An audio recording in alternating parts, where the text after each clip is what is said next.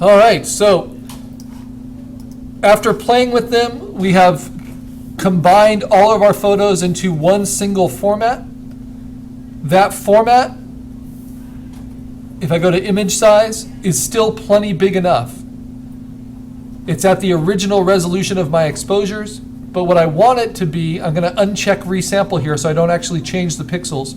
I want it to be at 350 pixels per inch, and I want it to fit within something I can print in class. So definitely within 13 by 19 inches, and then better yet to fit within the mats that I can buy, which would be either 12 by 18 inches or 11 by 14 inches. So that's when I would start playing with these sizes. And with having resample unchecked, it means it's not actually changing any of the pixels.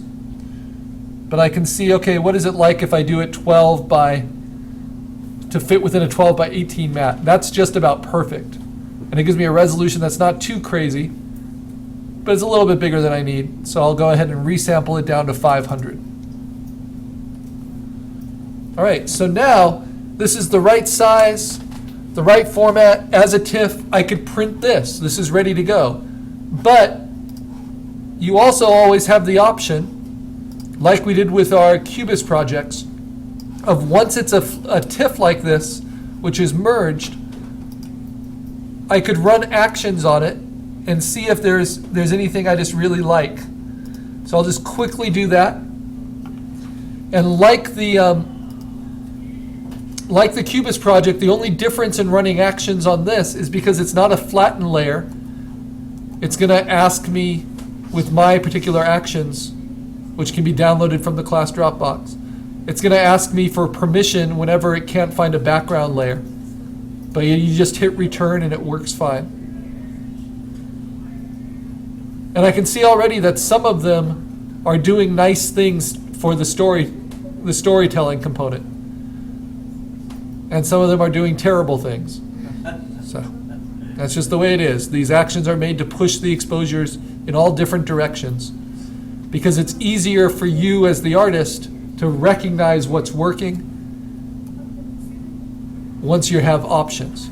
All right, so now in order to see them all, I go to Window, Arrange, Float All in Windows, so they're all in separate windows here, and then I can hit F9, see them all side by side.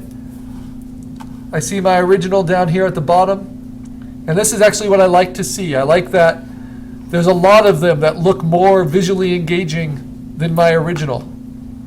There's the one that really amps up the colors. But because it's already based on the ones where I played with the colors and muted the ones I didn't want, it amps up the colors in a way that I think is actually quite effective.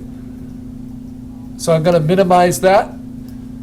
The vintage effect, maybe it makes it a little bit more romantic, but I think it kind of washes everything out, so I don't want that, so I'm going to close it.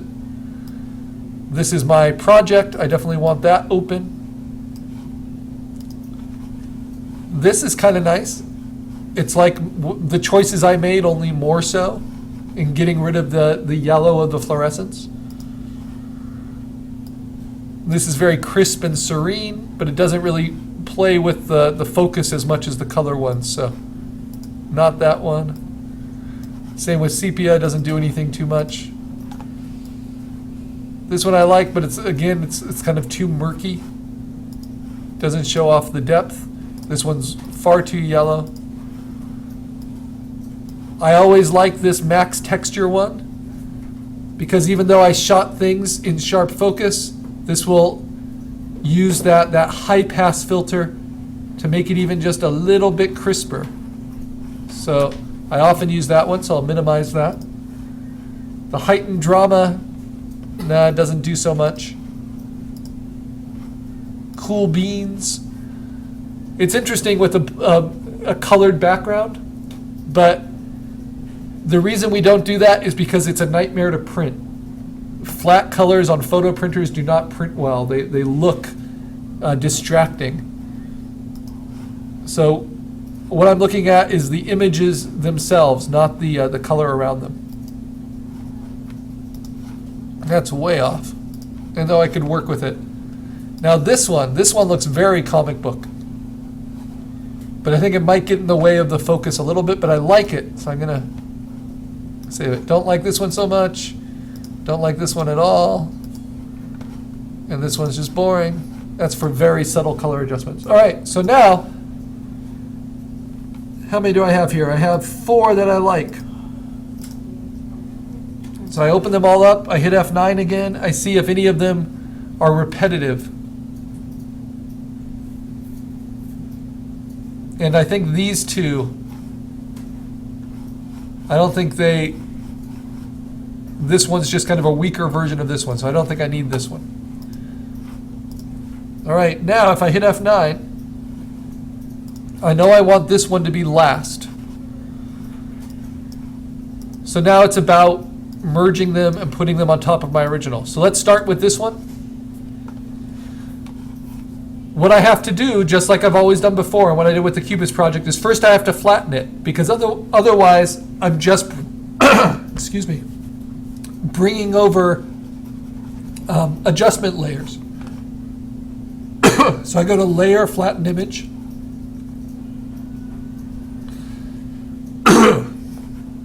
And then I select it all with Command A, and then I hit Command C to copy it. Then I can close it, not save it, go to my original, and paste it with Command V right on top.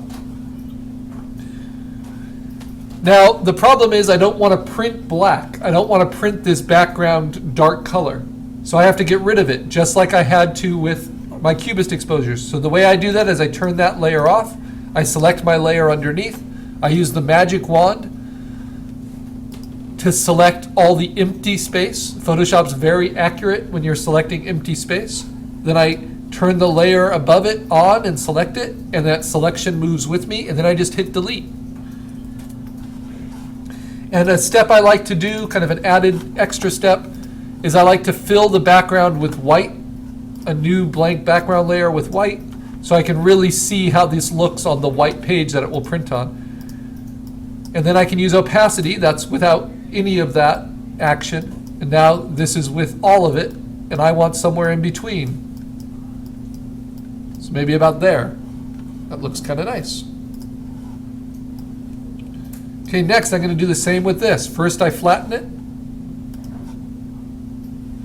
Then I select it all, Command A, Command C, I close it, I paste it, and then I have to get rid of, even if it looks white, I have to get rid of the white space by going to my original TIFF layer, selecting that empty space, carrying that selection onto the new layer and hitting delete.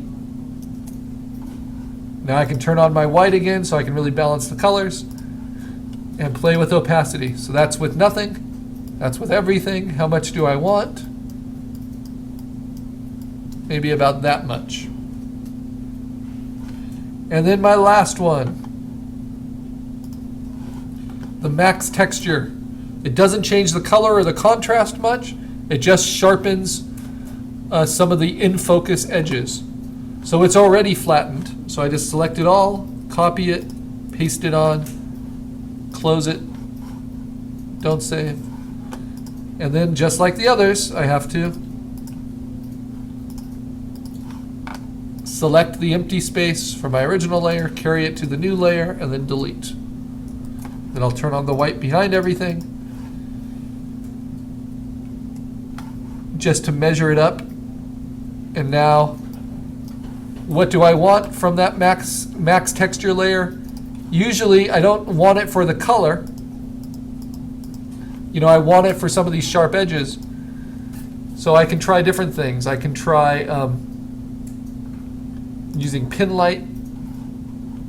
I can try soft light.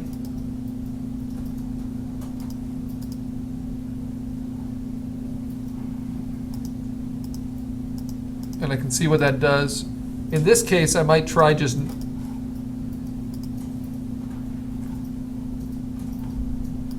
a normal mode and then just try with a lower opacity.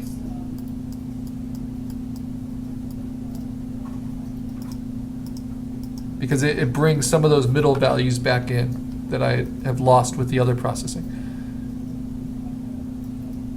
All right, and so that's my project. And now I save it as a TIFF with these different adjustment layers on top. So that's saving to the desktop. That's what I would print from as well. And it's already sized for the printer. So it's right there. Now, just to submit it, I have to also save it as a JPEG.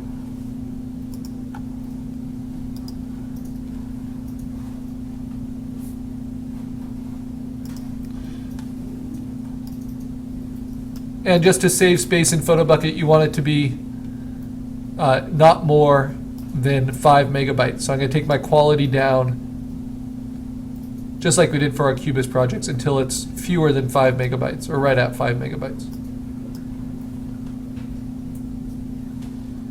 Looking here, so that will work. And that's why we don't print from JPEGs, because they do lose quality, but our TIFF does not. All right, now what do I actually upload? So I'm going to upload my sketch.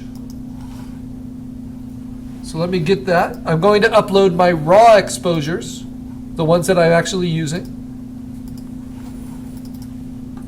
And so those are these JPEGs. I could get them right off of my memory card if I needed to, but I have them already saved here as JPEGs.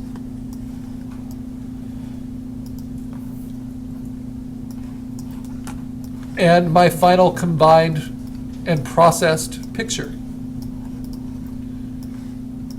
And my sketch, there we go. All right, so those are the components. And we turn them in the usual way by going to PhotoBucket, logging into the class, going to the library, finding the right album. Under photo assignments, this will be assignment 7, 3 layers of depth. And clicking upload from there. And it will automatically navigate to the right album, and then I can just drag those photos in.